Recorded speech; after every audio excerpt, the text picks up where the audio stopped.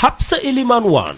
Bonjour, il est minuit dans nos studios, la même heure un peu partout au Sénégal. Bienvenue à ce bulletin d'information en français, en wolof, Pape Abdoulaye Dièye, et à la partie technique. La coalition Taxawu Sénégal exige le respect du calendrier républicain et demande à ses militants d'aller à la base. Khalifa Sall exhorte l'opposition à faire bloc pour le triomphe de la démocratie. C'était lors de la reprise de ses activités politiques. Une réunion dénommée Jokko ak Askan Wi a été tenue à l'occasion. Ismaïla Marcel Kouli. Face à ses militants et sympathisants ce samedi, c'est un Khalifa Sall très déterminé et très serein à aller aux élections locales. Le leader de Taxawu Sénégal exige le respect du calendrier républicain. Nous, ce que nous voulons, c'est le respect du calendrier républicain. Rien que ça. Les élections locales doivent se tenir en 2021. Celles des législatives doivent se tenir en 2022 et la présidentielle doit se tenir en 2024. C'est tout ce que nous demandons. Ce n'est pas difficile et c'est ce que la loi exige. Et pour ce faire, l'ancien maire de Dakar exhorte l'opposition à se battre pour le triomphe de la démocratie. Pour ce faire, il nous faut une opposition forte, raison pour laquelle je réitère ma demande envers les opposants de descendre à la base, de sensibiliser le peuple et de parler aux militants. Si nous ne le faisons pas, en tout cas, nos adversaires sont en train de le faire à travers des meetings et des remobilisations. Donc je leur exhorte de descendre à la base et de parler à leurs militants et de sensibiliser la population.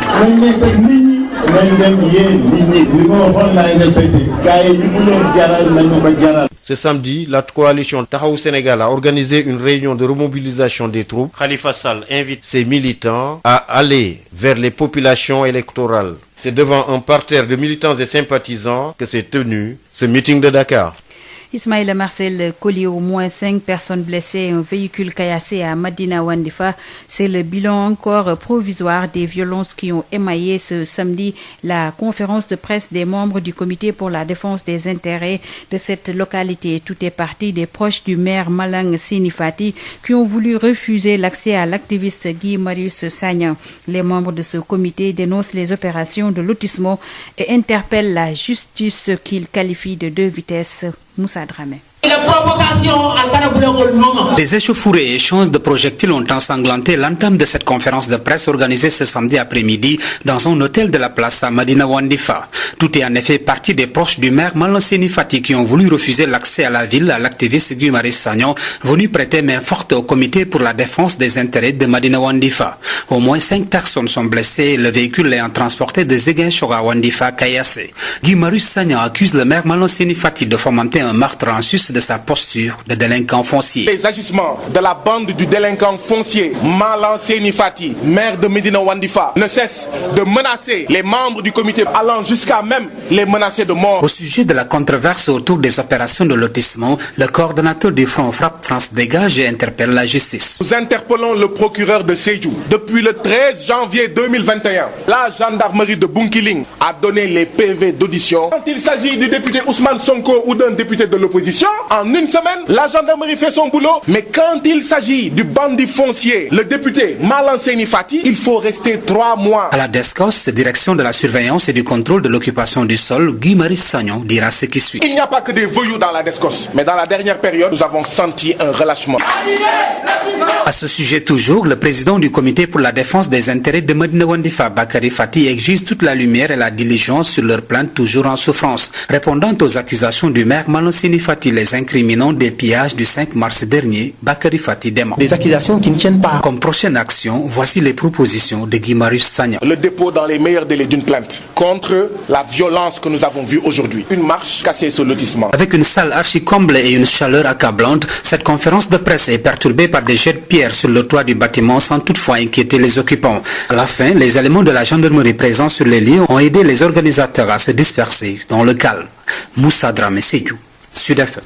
Moussa, nous quittons Sédhiou pour Notto Gouye Diama où les doléances des populations ont été satisfaites grâce à l'inauguration des pistes du programme d'urgence de développement communautaire, le PUDC, pistes qui permettent d'accéder aux champs et facilitent l'évacuation des malades, nous dit Babacar Sow. wax dëgg yàlla macha allah baax na ci ñun te moom ndax léegi dañ doon def ay tànk di dox waaye léegi woto day ñëw ba dugg fii ci biir kër gi. Le PUDC est en marche dans les villages de Notto Gouye Diama, une commune du département de Tivaouane, une localité où le maire vient d'inaugurer la piste de production reliant Notto Gouye Diama à plusieurs villages, dont Keur Omar et Keur Malal, deux localités où les producteurs ont toujours peiné à évacuer ou sortir les produits dans la zone ou tranquillement vaquer à leurs occupations. Magaye Ndiaye, maire de la commune de Notto Gouye Diama. Aujourd'hui, nous sommes sur l'axe Notto Keur Malal Keur Omar parce que c'est une piste de production qui a été faite par le PUDC dans le cadre du programme du chef de l'État. Nous le remercions infiniment parce que on n'a jamais pensé que Notto Keur Malal Keur Omar allait avoir une route. Donc aujourd'hui, les populations ont manifesté leur contentement. Moi aussi, en tant que maire, j'ai vu que l'impact de la route est très important parce que les populations se déplacent sans problème pour vendre leurs produits horticoles et vraiment pendant les cérémonies aussi, ils peuvent avoir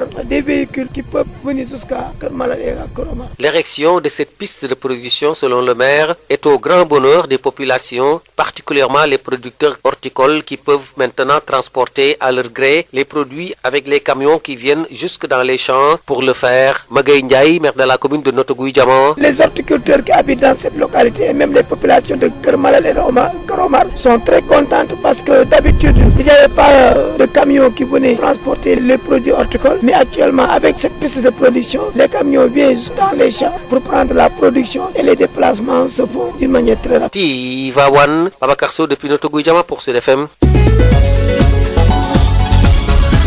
Habsa Elimane Wane. asalaamaaleykum daleen ak jàmm ci xibaar yu njëkk yi tey jii dibéer fukki fan ak benn ci weeru avril ñu ànd ceek Pape Abdoulaye Dieye dañu koy door ci wàllu politique rawatina waajal gi ñuy waajal élection ci gox-goxaan yi ak coalition taxawu Sénégal ñoom daal nee nañu seen sàkkuteef mooy ñu fexe ba calendrier républicain bi daal ñu sàmmoonteeg moom bañ ko jalgati benn yoon waa coalition bi di soññi seeni militant daal ñu dem ci askan wi waxtaan ak ñoom ki ko jiite di Khalifa Ababacar Sall mi ngi soññ kujje gi nag ñu fexe ba doon benn say loolu yëpp ngir démocratie mën a mëcc suñu réew loolu yëpp nag mi ngi ko xamalee ginnaaw lim doon amal tey ji benn ndaje ñu duppeekoo jokkoo ak askan wi Ismaïla Marcel Koli moo fa teewaloon rajo Sud FM. tey Khalifa Sall mu sawar te dëggu la ñu daal di gis ginnaaw bu muy dajee ak ay militants ak ay andi jàmmoom di leen ñaax ngir ñu gën a takku taxaw ngir mën a utali ci jongante gox-goxaat yi. ci noonu muy xamal nguur gi dañu war a fonk lii di calendrier républicain bi. ñun li ñu bëgg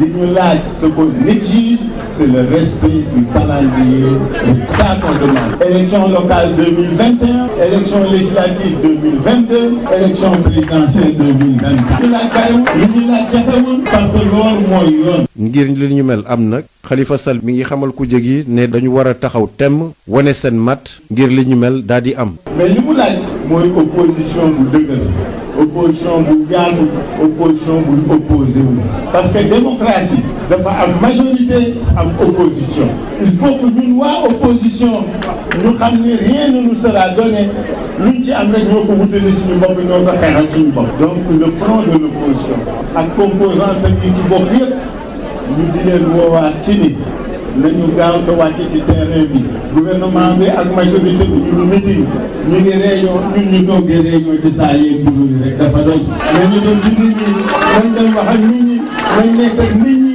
nañ dem yéen nit ñi li ma waxoon laay répété gars yi li mu leen jaral nañu ko jaral. niki gaaw bi nag coalition taxawu Sénégal mi ngi doon ñaaxaat ay militants ak ay andi jàmmoom ngir ñu gën a yënguwaat farlu ci liggéey bi ci noonu mu xamal leen ne ñoom ñëpp dañu nar a wàcc utali askan wi ndaje bi le nag mbooloo bu tàkku di ay militants ay xarit ak ay andi jàmm ñoo ko daal di teewee. Ismaïla Marcel Koli dañuy jógee ci Ndakaaru dem fële ca Pakaaw rawatina ci Madina Wandifa foofu nag ay firnde daal la ñu nemmeeku ci conférence de presse maanaam jàkkaarloog taskatu xibaar yi nga xam ne ñi bokk ci comité bi nga xam ne li ko tax a jóg mooy aar ak yelleefu ñi nga xam ne ñoo dëkkee foofule ca Madina Wandifa ci xibaar yu mujj nag daal yooyu lee firnde daal lu mu néew juróomi doomi aadama ñàkk nañ gaañu nañ ci am nañ ci ay gaañu ngeen jéggal ma ak benn oto boo xam ne it sànni nañu ko xeer ba mu toj loolu yëpp nag mi ngi jugee ci jegeñaale Malang Sini Fati yi nga xam ne mooy maire ba ñoom nag daal dañ doon tere kii di Guy Marius Sagna daal mu dugg ci salle bi nga xam ne moom lañ doon amal mbir moomule moo tax it daal ñu bokk ci boobule kuréel di ñaawlu bu baax a baax opération yi nga xam ne moom lañ fay amal jëmale ci wàllu lotissement dalit bu baax a baax wala boog di woote wàllu jëmale ci wàllu yoon bi nga xam ne daal nee nañ tëddeewul njaxanaay Moussa Dramé. janoo bii la ak tasat xibaar yi dafa door ci ay xew-xew bu metti boo xamee dafa amoon ci diggante ñoo xam ne ñoo ànd ak comité pour la défense des intérêts de Madina Wandifa ak it ñoo xam ne ñoo bootu ci maire commune Madina Wandifa di Malang Seni Fati ndax it ñooñee dañu ne lànk carré ne it kii di Guy Marius Sagna du dugg seeni dëkk moom dafa ñëwoon xettali ñoo xam ne ñoom ñoo bootu ci kuréel googule di comité bi ci lim toll na ci juróom nit ñoo xam ne dañ ci jëlee ay gaañ-gaañ oto boo xam ne moom la Guy Marius Sagna jëlee ci coor ba Wandifa ñu daal di ko sànni ay xeer Marius Sagna di joxoñ baaram tuuma Malang Seni Fati ne it dafa bëgg faat ay bakkan yokk ci it pëccëxoo ba muy indi ci wàllu suuf. muy ay menaces de mort muy ay insultes monsieur le maire Malang Seni Fati bëgg a jël suñu suuf sàcc ko lekk ko te suuf si tuddul Malang Seni Fati mu ngi tudd Médina Wandifa. ci wàllu saaxe boo xam ne nee na it moom la ñuy indi ci wàllu suuf ba tey kii di Guy Marius Sagna nekk njiitumu Front Frappe France Dégage joxoñ na baaram tuuma it yoon di justice. kumba am ndey ak kumba amul ndey la parce que Malang Seni Fati député la kon boo nekkee député far APR mun nga sàcc mun nga luubal kenn du la convoqué. ñu ngi nag interpellé procureur bu Sédhiou. am na it kaddu yoo xam ne yéen yëkkati na ko jëmale ko ci waa DSCOS de direction surveillance contrôle occupation du sol Guy Marius Sagna. gis nañ DSCOS nu mu gaawee ci toj këru waa Ñaxirat këru waa Mbourkat kon DSCOS na gaaw itam ci leeral moo am fii ci Médina Wandifa. nous voulons un audit foncier nañu tas lotissement bi. ci wàllu woowee ba tey ki nga xam ne si moo di Bakary Fati nekk njiitum comité pour la défense des intérêts de Madina Wandifa nee na it sopp nañ loolu lépp loo xam ne si moo di leeral ñu war ci indi lu gën a gaaw doon indi tontu ci tuuma yoo xam ne maire commune Madina Wandifa di Malang Seni Fati yoxañ na leen kay nee ñu it ñoom ñoo def yàqu-yàqu yi ci juróom fan ci weeru mars bi ñu weesu Bakary Fati tontu na ci dara du ci wax ku daanu saret la ci loo xam ne moom la sopp lool ñamal ko ci ay fan yu ñuy dëgmal Guy Marius Sagna lii la wax. déposer plainte ñaareel bi waajal benn manifestation ngir lotissement bi nga xam ne indi coow. jotaay jooje saa su nekk am na xeer yoo xam ne dañ ko doon jóor ci kaw bâtiment bi la donte sax ñi ci nekkoon ñu ngi wéyal seen i waxtaan ndar képpe waxtaan bi la sandarme yoo xam ne ñoom ñoo ci nekkoon dal di xettali ñoo xam ne ñoo nekkoon ci biir ñi dal di génn ku nekk ñibbis këram ki si doon jokkoo ak yéen Sédhiou Moussa Dramé pour Sud FM.